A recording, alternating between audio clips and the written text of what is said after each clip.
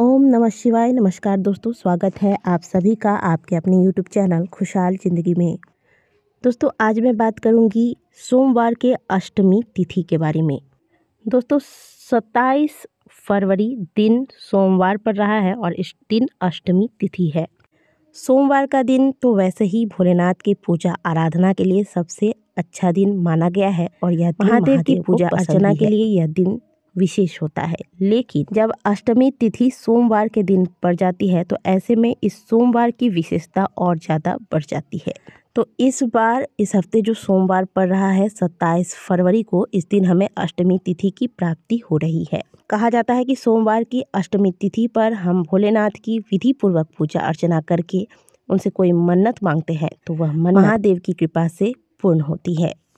कहा जाता है कि आज के दिन शिवलिंग में भगवान भोलेनाथ और माता पार्वती के साथ साथ 64 योगिनियाँ भी विराजमान होती हैं और शास्त्रों में महादेव की पूजा अर्चना माता पार्वती संग 64 योगिनियों के साथ करने का जो विधान है, इससे हमारी मनोकामनाएं शीघ्र पूर्ण होती हैं, क्योंकि ये 64 योगिनियाँ सांसारिक हर कामनाओं को पूर्ण करने में बहुत ज़्यादा हद तक सक्षम होती हैं। तो सोमवार की अष्टमी तिथि पर भोलेनाथ माता पार्वती के साथ साथ अगर 64 योगिनियों की पूजा करने का सौभाग्य हमें प्राप्त हो रहा है तो यह एक बहुत सुंदर संयोग है। तो यदि आपकी कोई मनोकामना है जो पूर्ण नहीं हो रही है तो मनोकामनाओं की पूर्ति के लिए विशेष में आज के दिन क्या करना है, क्योंकि पूजा आराधना जो आपको करनी है वो तो आप करेंगे ही। महादेव की पूजा में जो भी विधि होती है महादेव की पूजा की, उस अनुसार आप पूजा करेंगे, लेकिन विशेष में क्या करना है चलिए जानते हैं। 108 बिल्वपत्र तोड़कर पहले से साफ करके रख लीजिएगा और इसमें आप चंदन से राम नाम लिख लें। पीला चंदन ले लीजिएगा, सफ़ेद चंदन मिल जाए तो सफ़ेद का ही प्रयोग कर सकते हैं। 3 पत्तियां होती है, तीनों पत्तियों पर राम नाम लिख दें और हर पत्ती पर एक एक अक्षत के दाने रखते जाएं और एक एक करके आप या तो गिन के अक्षत के दाने रख लेंगे 108 और बिल्वपत्र गिनकर 108 रख लें। 1 लोटा जल ले लें, 1 घी का दीपक ले लें। अब सोमवार की अष्टमी तिथि पर महादेव के मंदिर में प्रदोष काल में जाएं और सबसे पहले महादेव के दर्शन करें। इसके बाद जो 1 लोटा जल आप ले गए हैं या 1 लोटा जल महादेव के शिवलिंग पर अर्पित कर दें। अर्पित करने के बाद जो आपने बिल्वपत्र लिए हैं जिस पे आपने राम नाम लिखा है, अब एक एक बिल्वपत्र उठाएं, इस पर 1 अक्षत का दाना रखें और यह बिल्वपत्र ओम नमः शिवाय या फिर श्री शिवाय नमस्तुभ्यम बोलते हुए एक एक अक्षत एक एक चावल के दाने महादेव के शिवलिंग पर चढ़ाते जाएं और अपनी कामना मन में अवश्य रखें कि किस कामना के साथ आप यह प्रयोग कर रहे हैं। यदि बहुत ज़्यादा व्यस्तता है या फिर मंदिर में बहुत ज़्यादा भीड़ है तो ऐसे में आप एक साथ ही 108 बिल्वपत्र और 108 चावल चढ़ा सकते हैं, लेकिन सही विधि यही है कि एक एक बिल्वपत्र और अक्षत के दाने महादेव के शिवलिंग पर चढ़ाए जाएं। चढ़ाने के बाद आप जो घी का दीपक ले गए हैं महादेव के समक्ष जला दें और अपनी कामना कहें और महादेव के समक्ष बैठकर कुछ देर उनके मंत्रों का या फिर उनके किसी स्तोत्र का पाठ करें। इस प्रकार से करके महादेव को प्रणाम करके पुनः वापस आ जाए। शिव महापुराण के अनुसार बिल्वपत्र पर अक्षत रखकर महादेव को चढ़ाने से शीघ्र मनोकामनाएं पूर्ण होती हैं।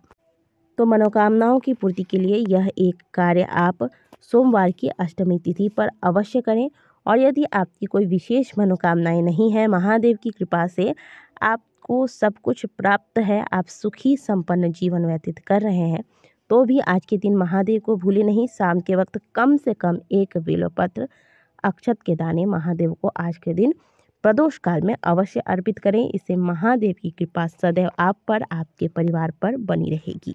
जिनको 108 बिल्वपत्र मिल जाएंगे वो तो ये उपाय कर लेंगे, जिनको नहीं मिल पाते हैं वो क्या करेंगे, वो ये उपाय करें। ये भी बहुत ही सुंदर सा उपाय है जो केवल और केवल सोमवार की अष्टमी तिथि पर ही किया जाता है और बहुत सारे भक्तों ने यह उपाय करके इसका लाभ उठाया है। इसके लिए आपको क्या करना है, आपको 31 चावल के दाने लेने हैं जो कि टूटे हुए ना हो। 31 खड़े मूंग लेने हैं, जो आप स्क्रीन पर देख रहे हैं ऐसे मूंग आपको लेने हैं जो कि टूटे हुए ना हो। 31 बिल्वपत्र आपको लेने हैं जो कि कहीं से भी कटे फटे ना हो। अच्छे से इसकी व्यवस्था पहले से करके साफ करके रख लें। अब आप महादेव के मंदिर में सोमवार की अष्टमी पर प्रदोष काल में पहुंच जाएं। मंदिर के अंदर प्रवेश करने से पहले मंदिर की जो चौखट है उस स्थान पर, यानी कि जो मंदिर में प्रवेश द्वार होता है वहाँ जो चौखट है वहाँ आपको जो 31 चावल के दाने ले गए हैं, इन 31 चावल के दानों को अपनी कामना कहते हुए श्री शिवाय नमस्तुभ्यम बोलकर रख देना है।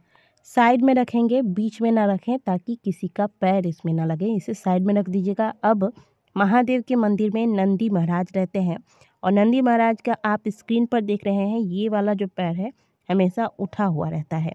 तो 31 मूंग के दाने जो आप लेकर गए हैं अपनी कामना कहते हुए नंदी महाराज के इस ऊंचे वाले पैर के पास श्री शिवाय नमस्तुभ्यम बोलकर रख दें अपनी कामना कहते हुए और भावपूर्वक नंदी जी को प्रणाम करें। अब जाएं आप महादेव के शिवलिंग के पास। अब महादेव के मंदिर में अशोक सुंदरी वाला स्थान हमने आपको कई वीडियो में दिखाया है, आप यहाँ भी देख सकते हैं।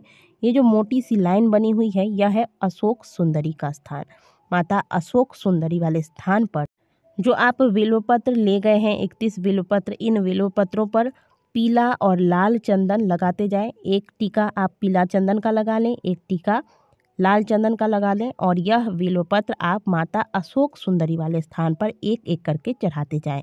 विल्वपत्र की जो पत्ती है सामने वाली वह महादेव के शिवलिंग की ओर होगी और जो डंडी वाला हिस्सा है वह जहाँ से जल बहकर बाहर की ओर जाता है उस ओर होगा।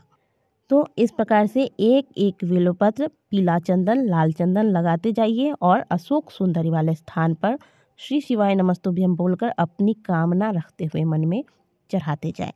ठीक है, एक बार आपको फिर से बता देती हूँ। 31 चावल के दाने जो कि टूटे ना हो महादेव के मंदिर के चौखट पर आप एक साइड में रख दीजिएगा श्री शिवाय नमस्तुभ्यम बोलकर अपनी कामना के साथ। 31 मूंग के दाने महादेव के सवारी नंदी जी महाराज के पास जाइए, जो पैर उठा हुआ है उनका वहाँ पर श्री शिवाय नमस्तुभ्यम का ध्यान करके अपनी कामना के साथ वहाँ रख दीजिए और 31 विल्वपत्र अंत में माता अशोक सुंदरी वाले स्थान पर चंदन, पीला चंदन, लाल चंदन लगाते हुए एक एक करके अर्पित करते जाएं।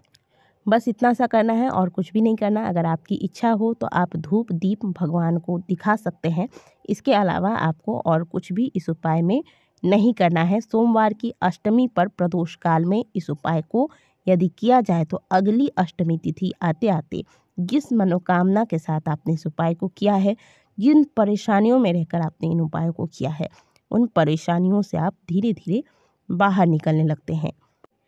यदि कोई बच्चा बहुत ज़्यादा परेशान है, बहुत ज़्यादा मेहनत करने के बाद भी सफलता प्राप्त नहीं कर पाता है, तो वो भी इस उपाय को कर सकता है। इस उपाय को स्त्री, पुरुष, बालक, वृद्ध कोई भी कर सकता है और बिना व्रत के भी आप सोमवार की अष्टमी पर भगवान की पूजा प्रदोष काल में कर सकते हैं। बस शुद्ध सात्विक भोजन जो भी आप लेंगे वो करें और यदि आपकी इच्छा है कि आप व्रत के साथ करें तो आप ये भी कर सकते हैं। कहने का मतलब है चाहे व्रत करें या ना करें, लेकिन आज के दिन महादेव को ना भूलें। यदि आपकी कोई कामना है तो इन उपायों को करें और यदि महादेव की कृपा से सब कुछ सही चल रहा है तो महादेव की विधि पूर्वक पूजा अर्चना, एक लोटा जल ही सही कम से कम, लेकिन महादेव को अवश्य अर्पित करें। वीडियो अच्छी लगी होगी तो वीडियो को लाइक जरूर कीजिएगा, कमेंट बॉक्स में हर हर महादेव अवश्य लिखिएगा। मिलते हैं आपसे अगले वीडियो में, तब तक के लिए ओम नमः शिवाय, हर हर महादेव।